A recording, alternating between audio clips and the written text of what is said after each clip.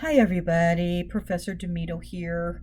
And I can't believe that we have entered week 6 with today, day 1 of week 6, uh, October 1. So, our 6 weeks overview begins with our Reflecting God website, and we're going to discuss two certifying agencies. So, when you are completed with all of your coursework, you need to decide which certifying body you want to be certified by to take your credentialing exam. There are two: American Academy of Nurse Practitioner Certifying Board and the American Nurses Credentialing Center, ANCC. And there's specific paperwork that you need to fill out. It's quite a process. Um, and what's the difference between the two? Essentially, the difference between the two is in how you write your name. So, um, if you take your certification exam through the American Nurses Credentialing Center, you are an FNP-BC board certified. If you take your nurse practitioner certifying board, you will be an NP. So NPC, that's what your initials will be after. So that's essentially, some people will say that one test is more difficult than the other. I don't know if there's any credibility to that.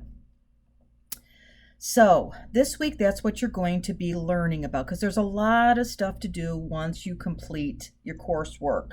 So you might think, okay, I'm done now. I'm going to get my license and everything. Well, there's more to it than that. As an advanced practice nurse, you'll now hold 2 licenses that you need to renew every 2 years, your RN and your APN.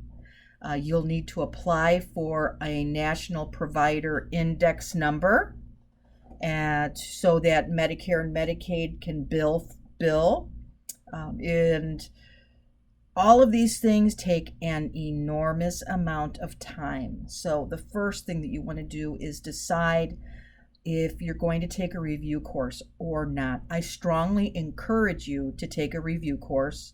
Most of these FNP review courses give you some really great information on prepping, choosing which certifying body to work with.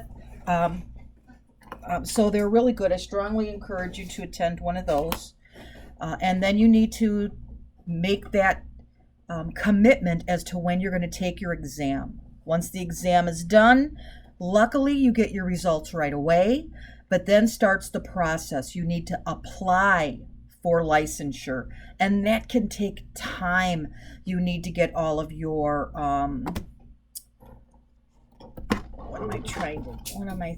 transcripts from all of your colleges, proof of clinical hours.